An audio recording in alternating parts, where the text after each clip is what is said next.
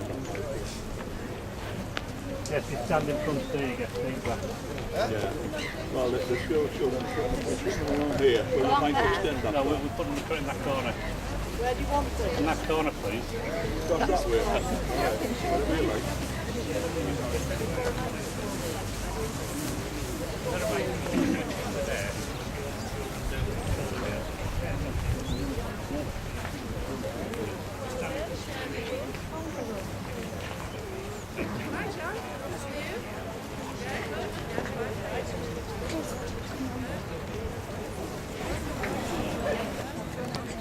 Yes, if you're reading the partner, make sure you're standing next to it.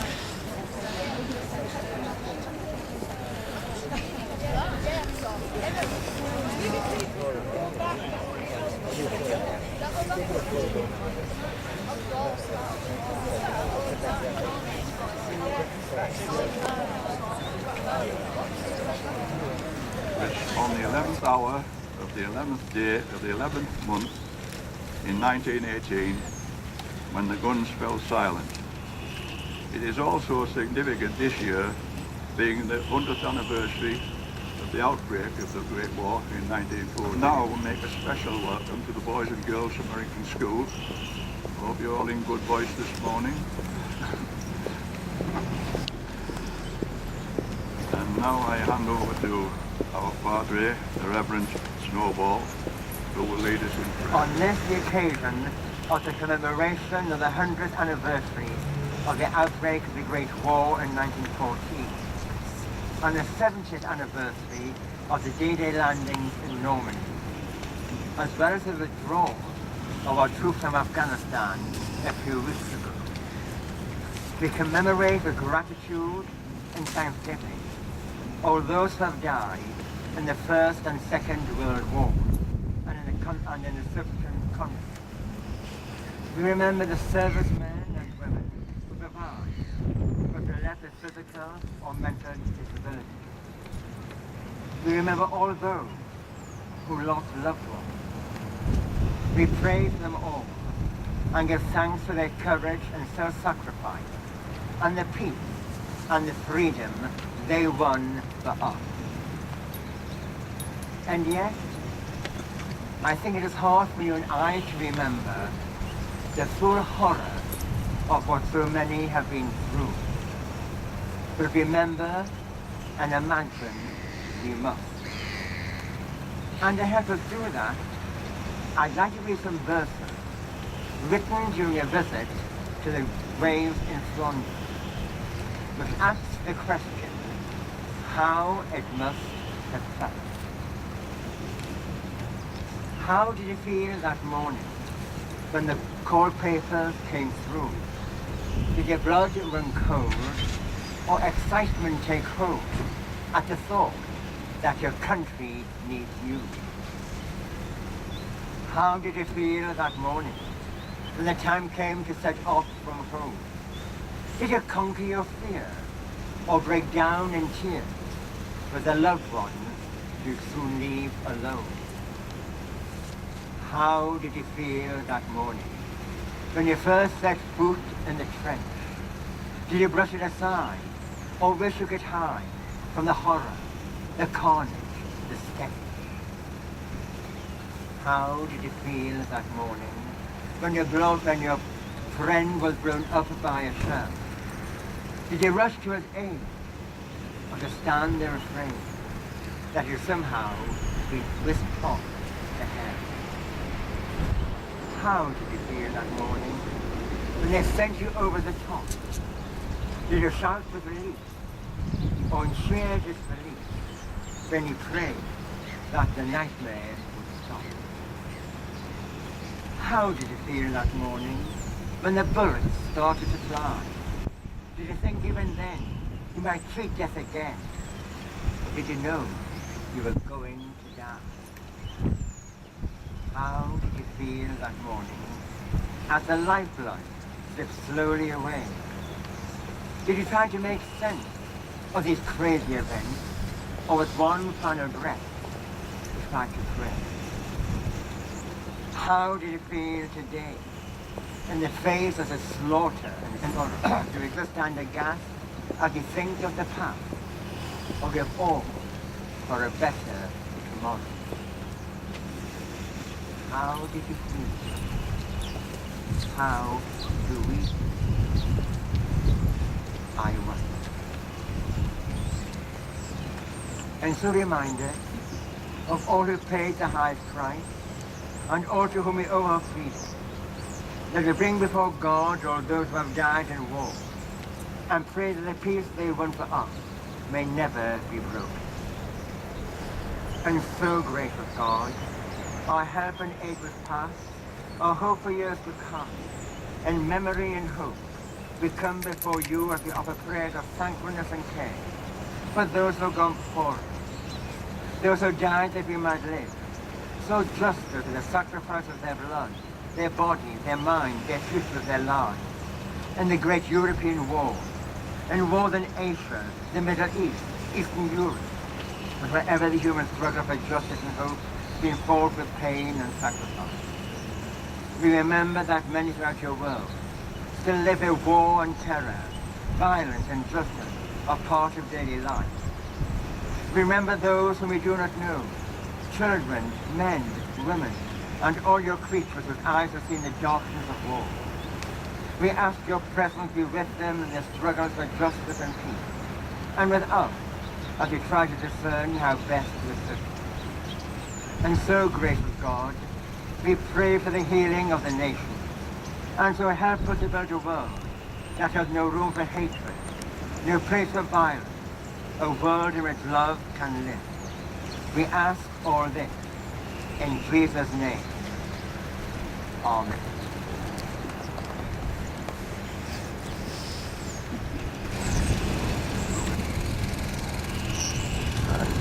They shall not grow old, and will not elect grow. Age shall not weary them, nor the earth condemn. At the going down of the sun, and in the morning, we will remember them.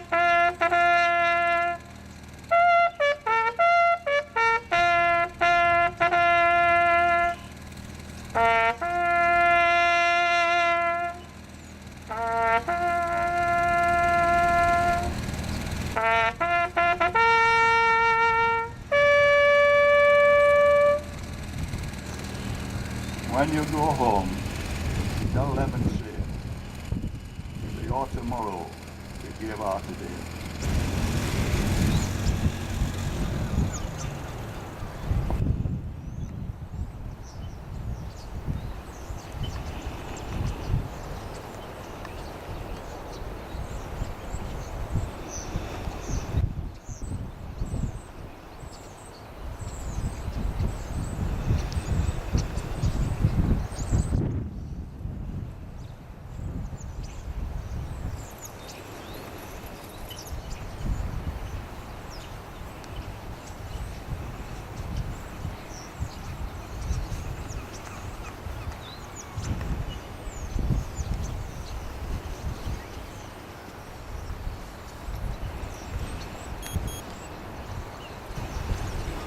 Their lives. Defense of freedom under the Charter of the United Nations.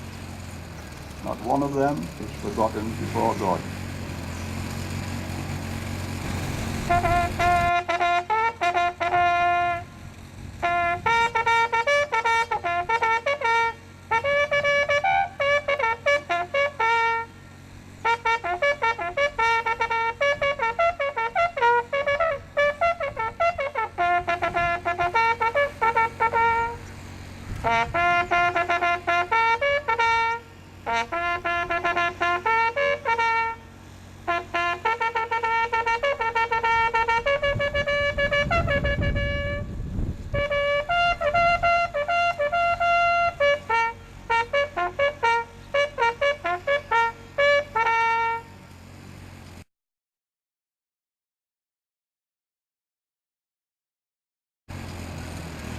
Now the children will speak the roll of honour.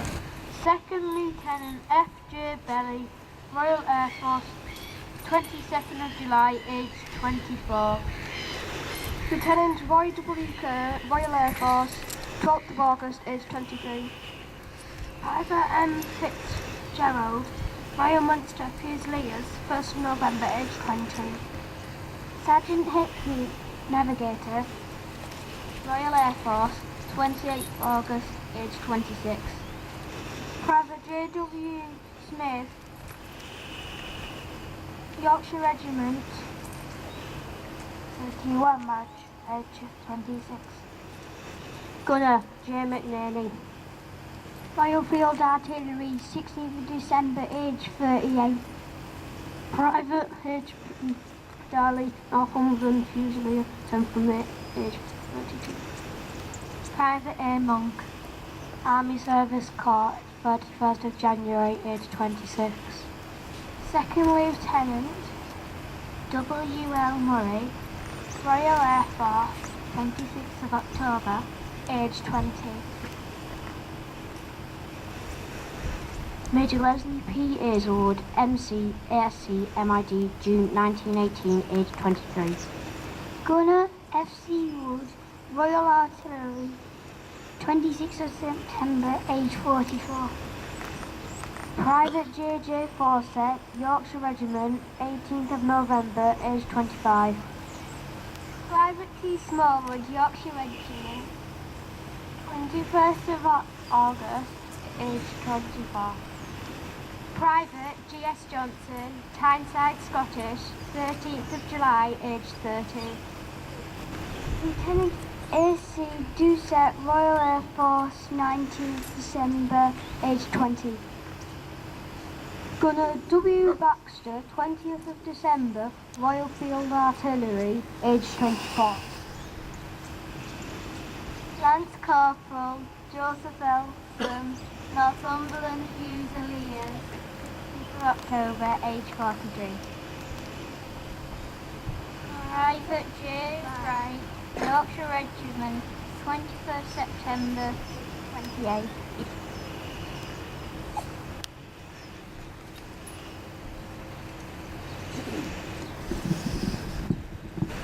Come to the late lane. I'll ask Mrs. Edith Alderson if she'd lay her wreath first, please.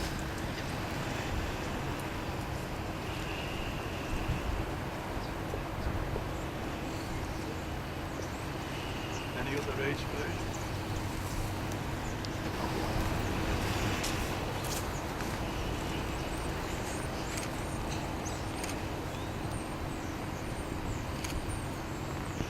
Thank you.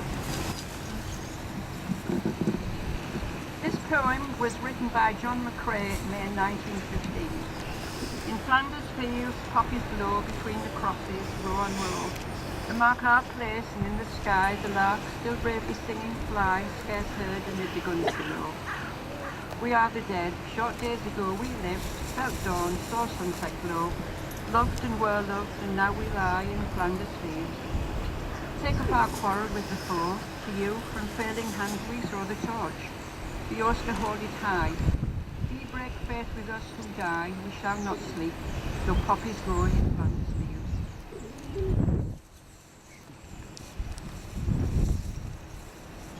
And the children will lay their poppy crosses.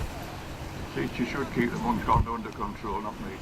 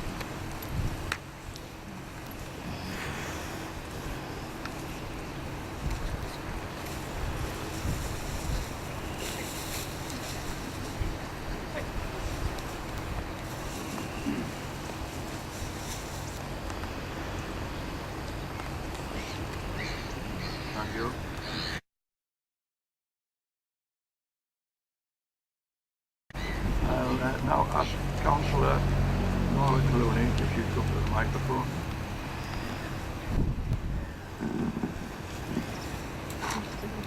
Could I ask Mrs. Eva Dodson to step forward, please?